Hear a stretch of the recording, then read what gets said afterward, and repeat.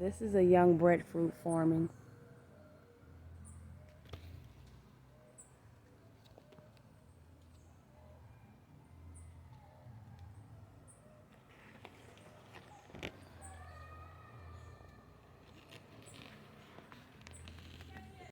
It starts out as a cylindrical shape and then it ends up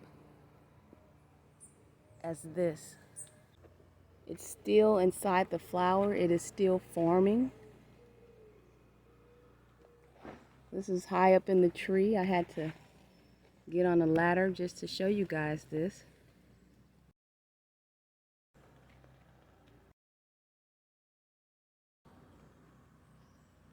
See, no joke. I am on a ladder. 6 feet up. And this is at the lower part of the tree. But this is a young breadfruit.